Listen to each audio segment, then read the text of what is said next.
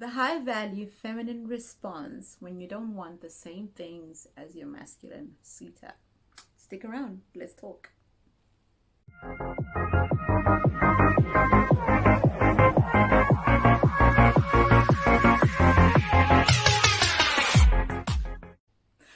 Hi, my name is Unique Sibanda, and I am your online dating coach and your style concierge here at the Black Swan Relationship Academy. Today, we're going in a little deep on those non-negotiables when it comes to head, and you realize you actually don't want the same things. What do you do? What do you do? So I met an amazing gentleman a few years ago, and we dated for a couple of dates would mean two, so we dated for about a month. We went, like, he taught me so many things, like we went boating. There's so many things that we did together, and I really found that relationship amazing. He actually taught me how to ride a bicycle for the first time in my life, and it was the best summer I ever had. But we came to a point where I had to recognize that there were certain things that he wanted and I didn't want. He didn't want to ever have children again, and I still wanted to have children. I still want that chance to have children. So after talking to Chengi, who was coaching me at the time, um, I unfortunately had to end the relationship because it was such something I didn't want. So in this particular case, he was adamant that he didn't want any more children, and I knew after the coaching I've had and after the training that I had that there is no point in pursuing something with someone that was not going in the same direction as me. So to add a little bit to this topic, so unfortunately I had to say goodbye to him, and it was sad. I did miss him, but unfortunately it then gave me a chance to meet someone who is okay with having children and wants to have children. So this is quite a hard thing to kind of do, but as a high value woman, you know that you have non-negotiables, you have certain standards that you want to adhere to, and by you sticking to those, what you're doing is you're giving yourself a better chance to live the life that you want to live. So quite a few scriptures come to mind when we talk about this whole thing of when you don't want the same things with your partner. Before, I know that sometimes when we've been taught as women, you just stick by your man, and maybe he might change his mind, or maybe, and then you find women who've been in these relationships for 3, 4, 5 years. And I personally have experienced that, where I was in a relationship for 5 years and knew very well that this particular person that I was dating did not want to get married, and I was hoping that I'd change his mind eventually down the road, but that was not going to happen. And sadly, again, I had to end that relationship. So the thing, as I was saying, the scriptures that come to mind are the whole point of when you write down the vision, you need to make it clear and know exactly what you want and where you're going, so that you're able to run with it. And whoever comes to tarry with you, or the messengers, are able to tarry and read it very well. So anyone who joins you on this line of vision of where you're going is able to know your vision, where you're going in life. And there's also a scripture about, can two walk together lest they agree? We cannot go in any direction if we do not agree. If we're saying we're going to the shops and I want to go to Asda, but you want to go to Waitrose, and then two totally different directions, we are not going to meet in the middle. We're going to have to separate and go our separate directions, and maybe meet later on, should time and chance give us that opportunity. Same as in business. Whenever we sign contracts with business partners, we agree to be in the same vision, to be in the same walk, to be in the same space, and to carry this thing that we're building together. Same thing applies to relationships when it comes to friendships. In friendships, it's the same thing as well. We are building things together. So we form friendships based on similar interests, based on the spaces that we love to be in, based on the things that we do, on the commonalities that we find with each other. So the same thing applies to having a relationship with a masculine man. You need to know and discover the things that you find are core to your existence. If you are a woman who wants to have children, be sure to make sure that is noted. If you are a woman who wants to get married, be sure that it is noted, because that way you are able to know the direction of your life, the direction of the vision that you want. In as much as they look, at the end of the day, we cannot allow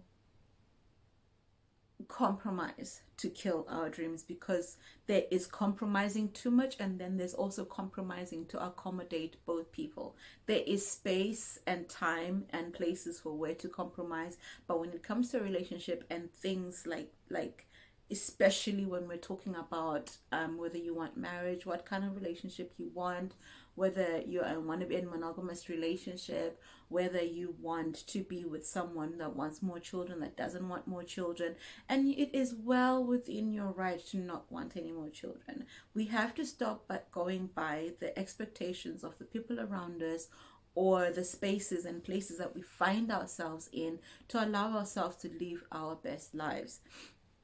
So in doing this, what we allow ourselves to do then, ladies, is to experience life at its best. And we want you all, Black Swans, to experience life at its best. So when it comes to those all important decisions of walking away or staying, the best thing to do as a higher value feminine woman is assess your losses and gains. You have to assess your age. You have to also assess intuitively, because we are all about dating intuitively and also mastering our emotions within those spaces, so that we're not making these decisions from an emotional space. The courses I would recommend are the Feminine Mastery, as well as learning to talk to men so that they listen, because what you want to do is convey your message in such a way that you are not begrudging him of what he wants and what he stands for, because he is also well within his rights to do and what he wants and what he pleases, and not want children and not want to get married. That is well within his rights. What we have to come from is a place of non-judgment. We have to understand that as human beings, we meet to explore, we meet to learn from each other, and we meet to learn about ourselves as well. In as much as there are so many businesses that have failed because the vision hasn't been set down, the mission hasn't been set down, the brand hasn't been put together, and the people in the business do not understand how they want this to move forward. It is also a relationship with a masculine man. You could really consider it to be in the business of emotional mastery, to be in the business of relationship, because if you have not mastered those the techniques to actually communicate what you want, you end up staying in situations that do not really serve you, and you end up being bitter a few years down the road. The truth of it is that, ladies, most masculine men definitely know what they want.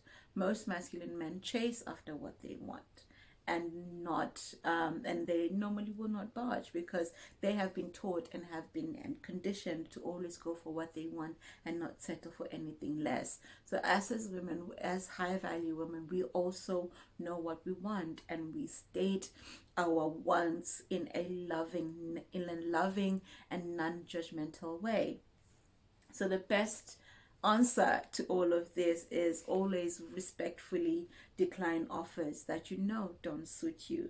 If a man, in my case, I personally respect a man who is always on time, and tardiness for me is a non-negotiable. It's not something I accept, and not something I want to be part of. And in the long run, it would not benefit him or myself for me to accept his tardiness in the early stages, because unfortunately, what we allow will always continue, and how we do one thing is how we do everything. And this is how we learn different people's habits. This is how we see how our men are showing up for us. This is how we also show up for our men, by sticking to the standards that we accept, and knowing that there are certain things that are okay. We don't have to be together to walk together just because we are in need of a relationship, or in need of a status or in need of companionship. If the companionship that the package comes in is wrong, it's okay to return it back to the sender and not accept it. In as much as whenever we have packages, when we order something online and if it comes to us and it's not the right spec that we specified, we have that legal right to return it and say this is not what I want. Same as with relationships. If it's something that you know you don't want in the relationship and it's something that you have to, if it's something you know you cannot work with, then it's okay to allow the other person so the opportunity to go and look for something else.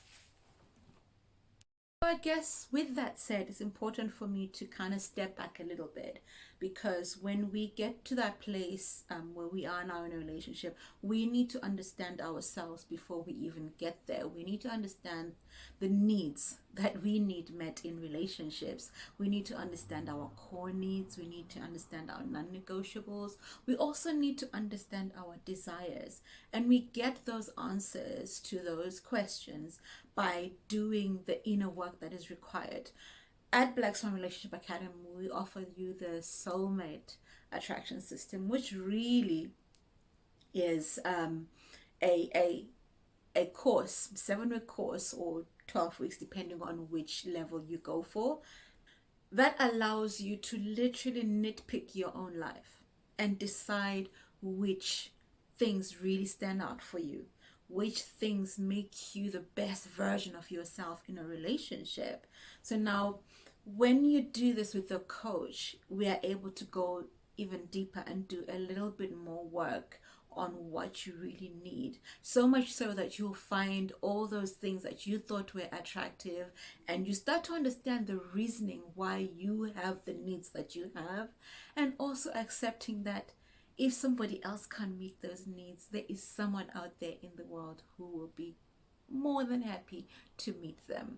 So do have a look at the Soulmate Attraction System, which is in the description box. So have a look. Book a call, book a discovery call, just to talk a little bit more, and we can break down all those issues for you, where you'll be able to then come away knowing some of your core needs, knowing some of your core values, because this is not work that you can just do on your own, but it's really work that you may need guidance. I mean, yet to be fair, you can do it on your own, but sometimes it's better when someone else is looking on from the outside, looking in. There's a saying that Chengi always says, how you cannot look at the ingredients from inside the bottle. So when you're already in it, when you're already in your skin, you can't see your own ingredients most of the time. It's only really when you have someone from the outside looking in who can actually tell you some of the ingredients that you're made of, and those are the things that will then come across in the types of relationships you then attract to yourself. For me personally, the Soulmate Attraction System is what really kick-started this journey for me. I had been doing some work before. I had been doing some inner work and learning about energy and learning about just my general uptake and how I then translate that into the life I live today. The Soulmate Attraction System for me really put that in a nice little neat package. And every now and then I go back and I look at those core needs and I look at those non-negotiables, and I reassess them, because as we grow and we change, everything grows and changes. So with that, ladies, I am going to leave you with this note. That, to be honest with you, the way you do one thing is how you do everything. And it's really up to you to start to look at your patterns and understand what non-negotiables are, and understand what your non-negotiables are, so that you can negotiate the best relationship for yourself. In the meantime, you take care of you, and I will see you on another video. In the meantime, you take care of you. Oh, don't forget to like, share, comment, and subscribe. And, do the comment thing in the comment section. And I'll see you next time.